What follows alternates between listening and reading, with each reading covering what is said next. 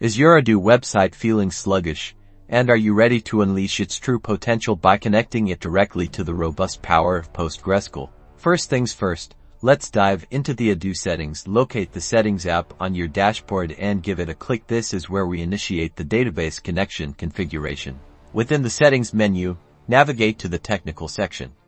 You might need to activate developer mode to see it. Look for database connections and select it. This section is the control panel for connecting external databases.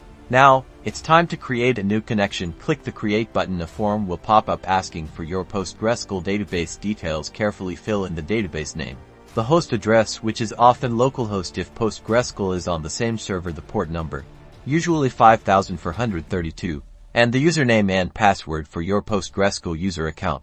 Before saving, ensure your PostgreSQL server is configured to accept connections from the Odoo server. This usually involves editing the pg_hbconf file to grant the Odoo user permission to access the specified database. Improper settings here can lead to connection refusal, so double check. Once you've confirmed your PostgreSQL server settings, return to Odoo and hit that Save button. Odoo will attempt to connect to your database. If successful, congratulations, you're halfway there. Next up, data migration.